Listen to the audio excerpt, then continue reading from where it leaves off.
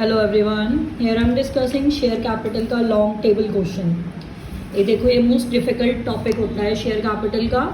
Long table का मतलब होता है कि हमने पैसे अलॉटमेंट तक एडजस्ट नहीं करने, हमने कॉल तक लेके जाने हैं। ठीक है, अगर आपको क्वेश्चन में ये लाइन लिख के आएगी excess money should be adjusted on allotment and calls, तभी आप लॉन्ग टेबल बनाना, अदरवाइज ज़रूरत नहीं है। फर्स्ट 2 कॉलम से आप क्वेश्चन कर सकते हो। ठीक है, अब ये लॉन्ग टेबल होता गया है। लॉन्ग टेबल का मतलब होता है जो ये सरप्लस है ये सिर्फ अलॉटमेंट पे एडजस्ट नहीं होगा, कॉल तक भी जाएगा। ठीक है, अब अगर आपने जो सरप्लस है अलॉटमेंट के बाद एडजस्ट करने के बाद कुछ पेंडिंग होता है, वो कॉल तक लेके जाना है। वो कैसे लेके जाना है, कैसे एडजस्ट करना है, वो हमें ये लॉन्ग टेबल बताता है। ठीक है, सपोज करो अप्लाइड थे 1,60,000, अलॉटेड थे 1 लाख। ठीक है, अब 90,000 को 40 दिए, 50 को 40 दिए, 20 को 20 दिए। याद रखना ये लॉन्ग टेबल प्रो राटा के लिए बनाना, जो फुल अलॉटमेंट या बैंक है उसके लिए नहीं। अगर यहाँ पे रिफंड भी होता है या रिजेक्टेड भी होता तो वो नहीं यहीं पे लिखना था, आगे कंटिन्यू नहीं करना था। कंटिन्यू किसको करना है? प्रो राटास को। ये 2 प्रो राटास हैं, ध्यान से देखो। प्रो राटा का मतलब होता है प्रपोर्शनेट शेयर इशू करना। 90 को आपने 40 दिए, 50 को 40 दिए। अब डिफरेंस लो, 90 में से 40 माइनस करो, कितना आया? 50। 50 में से 40 माइनस करो, कितना आया? 10। कैसे करा? 90 में 40 माइनस करा, अप्लाइड में से अलॉटेड माइनस कर दो। ठीक है, कितना आया? 50 और 10।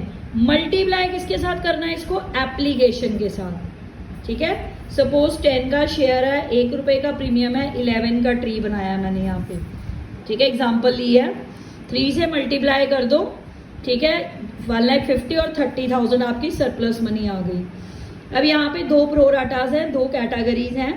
फिर आप इन दोनों की अलॉटमेंट निकालो, अलॉटमेंट ड्यू करो, वो हमेशा अलॉटेड शेयर पे निकलती है। अलॉटमेंट ड्यू किस पे निकालोगे? अलॉटेड शेयर पे। और मल्टीप्लाई किससे करोगे? अलॉटमेंट से। सरप्लस को मल्टीप्लाई किससे करोगे? एप्लीकेशन से।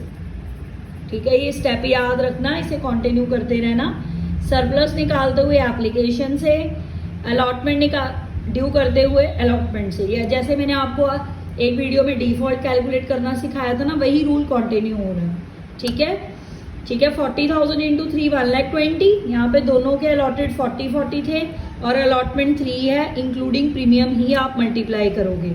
1,20,000 1,20,000। यहाँ तक तो टेबल सिंपल था। यहाँ पे आपके पास सरप्लस भी आ गया दोनों कैटेगरीज का और अलॉटमेंट भी ड्यू हो गई। नेक्स्ट कॉलम है आपका अलॉटमेंट एडजस्टमेंट। 5th कॉलम, मैंने सबको नंबर दिए हैं 1 2 3 4। ये 5th कॉलम को नाम दिया है अलॉटमेंट एडजस्टमेंट। अब जब भी आप एडजस्ट करोगे अलॉटमेंट में पैसे, सरप्लस और due whichever is less, इसका रूल लगा लेना। सरप्लस और due whichever is less, इन दोनों में से लेस क्या है? 1,20,000। 1,20,000 आ गया फर्स्ट कैटेगरी में। सेकंड में लेस क्या है? 30। दोनों का टोटल कर दो। क्लियर? विच एवर, एडजस्टमेंट का रूल क्या लगाओगे? Whichever is less. Surplus और due whichever is less. Clear? ठीक है, अब नेक्स्ट सरप्लस कॉलम आएगा। ये क्या लोगे आप? सरप्लस और एडजस्टमेंट का डिफरेंस, 3rd और 5th का डिफरेंस। 3rd और 5th का डिफरेंस, सरप्लस में से एडजस्टमेंट माइनस कर दो, नेक्स्ट सरप्लस आ जाएगा रिमेनिंग सरप्लस। टोटल सरप्लस में से एडजस्टमेंट माइनस कर दो, आपके पास रिमेनिंग सरप्लस आ जाएगा। 1,50,000 था, कितना एडजस्ट किया? 1,20,000, कितना बचा? 30। कितना सरप्लस था? 30। कितना एडजस्ट किया? 30, नील। क्लियर? एडजस्टमेंट में सरप्लस और due whichever is less, और नेक्स्ट रिमेनिंग सरप्लस में से एडजस्टमेंट माइनस कर दो। क्लियर हो गया? ठीक है, अब ध्यान से देखना, अब इस टेबल को ध्यान से देखना।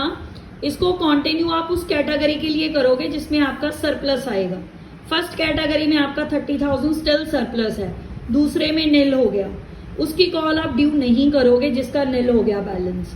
अब 6th कॉलम बनाओ कॉल ड्यू का। कॉल अलॉटेड शेयर पे, फर्स्ट कैटेगरी में सरप्लस बचा है 30, इसकी ही कॉल ड्यू करोगे। 40,000 इंटू 3 फर्स्ट कॉल। ठीक है, 1,20,000।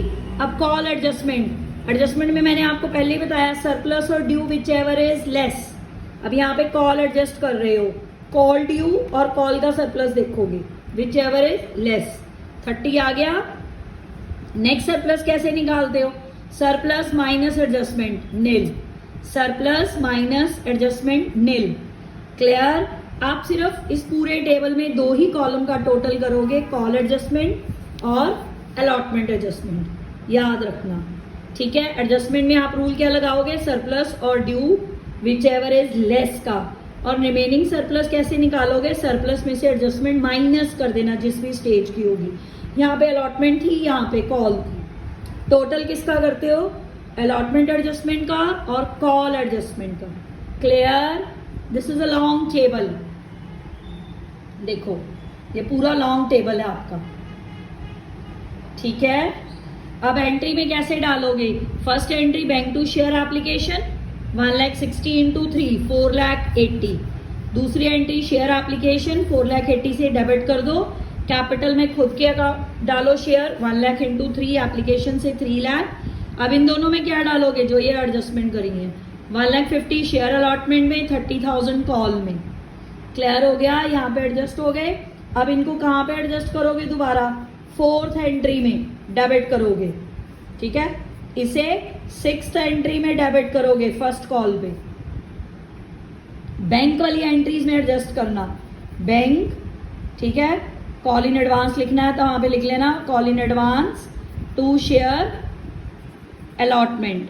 यहाँ कॉल इन एडवांस में 1,50,000 आ गया, ये 4th एंट्री में एडजस्ट हो जाएगा। और वो 6th एंट्री में, 6th एंट्री में कैसे होगा? Bank call in advance to share first call, 30,000 यहां पे आ जाएगा। क्लियर हो गया? डन। जब भी आप लॉन्ग टेबल बनाते हो, अगर कोई शेयर होल्डर आपका डिफॉल्ट कॉल पे करेगा तो आप कॉल का भी डिफॉल्ट निकालोगे। जैसे इसी क्वेश्चन में एक शेयर होल्डर है जिसने 18 शेयर्स के लिए अप्लाई करा था, कैटेगरी 1 को बिलोंग करता है, डिड नॉट पे first and second call. Allotment का डिफॉल्ट मैंने आपको लास्ट वीडियो में बताया था, वैसे ही सेम करोगे। ठीक है, बस इसमें ध्यान रखना अगर लॉन्ग टेबल हो और सरप्लस कॉल तक एडजस्ट हुआ हो, अगर किसी शेयर होल्डर ने कॉल नहीं दी तो आप कॉल पे भी डिफॉल्ट निकालोगे। वो कैसे निकालोगे? यहाँ पे आपको अप्लाइड शेयर दिए हैं, कैटेगरी 1 को बिलोंग करता है, ये 9041 कैटेगरी 1 है। ठीक है, क्या दिए हुए हैं? 1800 अप्लाइड। अब कैसे निकालोगे? Calling arrear on first call, मैं डिफॉल्ट बोलती हूं, आप भी कह लो चाहे। ठीक है, अब ध्यान से देखना, 1800 अप्लाइड है उसके। आप क्या निकालोगे? ये मैंने आपको डिफॉल्ट में सिखाया था अलॉटमेंट के टाइम। अलॉटेड, जो चीज कैलकुलेट करनी है वो ऊपर रखना। कैटेगरी 1 में अलॉटेड है 40, अप्लाइड है 90। कैटेगरीज ध्यान से देख के लिखना। ये फर्स्ट कैटेगरी को बिलोंग करता है 1800। ठीक है, इसके आ जाएंगे 1600। वैसे भी अलॉटेड हमेशा कम होते हैं अप्लाइड से। 1600 आ गए।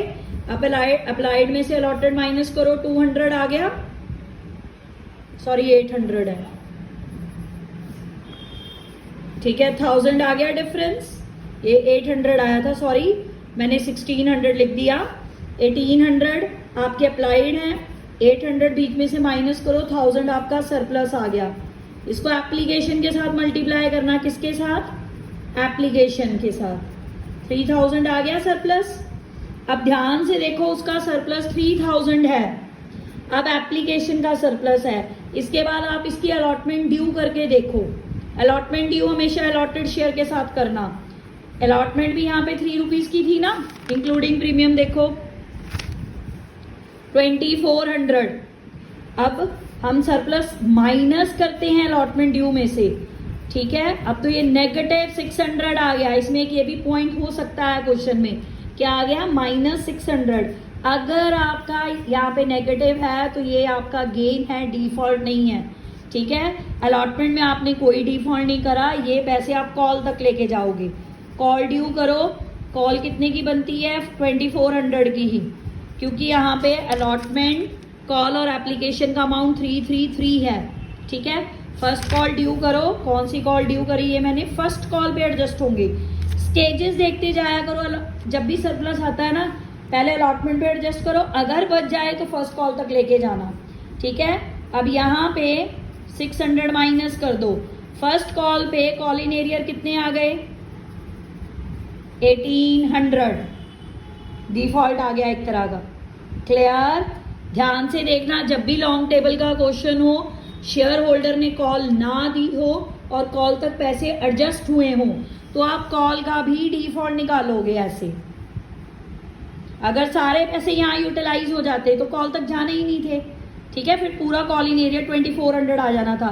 सपोज करो यहाँ पे भी 2400 3000 होता, यहाँ पे भी 3000, तो क्या हो जाना था ये नील, सपोज कर रही हूं मैं, ठीक है। तो आपका डिफॉल्ट क्या आना था, फर्स्ट कॉल पे कॉल इन एरियर कितने आने थे 2400।